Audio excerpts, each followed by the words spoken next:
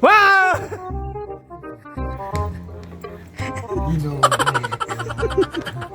Ginugulat mo na naman ako. Ano? Kumusta, boss? Nakanood mo lang ko ng video. Kinuha ko na lang pa. Kumusta, boss? Lagi akong ayos. Sa mga pagkakataong ito. Anong masasabi mo ngayong araw na ito? Sa mga pagkakataong ako'y laging okay. Tapos? Walang gaanong nagiging sagabal o problema sa aking buhay. Anong masasabi mo sa mga anong masasabi mo sa mga bilihin natin ngayong panahon na ito? Ang masasabi ko ngayong araw na ito ay malapit na daw ibenta ang gold ng Pilipinas. Ayun! Sino daw po ang magbibenta nun? Hindi totoo yan. Bibenta na daw ng Pilipinas ang gold ng ating bansa. Nasaan po yung gold na yun? Sino po ang humahawak? Ang naghahawak ay ang Pangulo ng ating bansa. Ayun. Gago! Sigurado ko po kayo dyan sa sinasabi nyo? Sigurado na at nang nangyari yun ay doon sa sinasabi nilang Marcos Wellness. Marcos Wellness o Well? Anong ginagawa mo? Marcos Well. Kayo po ba ay sigurado dyan sa sinasabi nyo na yan? Baka po ay kayo ay makulong niyan. Ako'y sigurado na Mga bagong tabas yan ay nabalita ko. Balitaan nyo na po.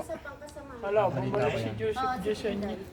Sana ay totoo yan, boss. Sana yun ay magkatotoo.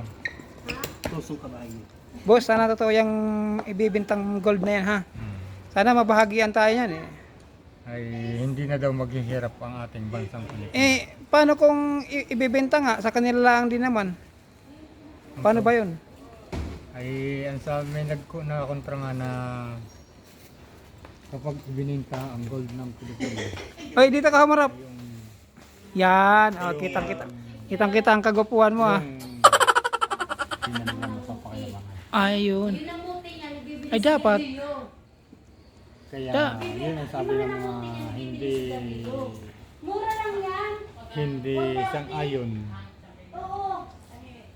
sa Anong mga dapat? bagay na ginagawa ng ating bansa.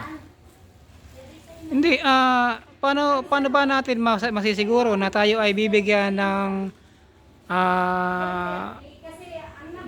ng hati dyan sa gold na yan na sinasabi mo ibibenta ng Pilipinas? Sinasabi diyan ay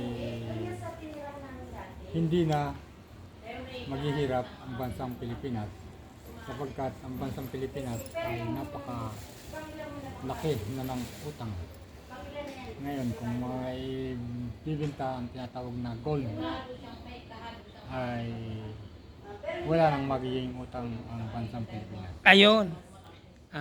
Sana totoo yung sinasabi mong yan, boss. Boss Wele. Naway maging makatotohanan ang iyong sinasabing yan at sana totoo na may gold yung sinasabi mo. O yan guys, na-interview natin ngayon si Boss Willie.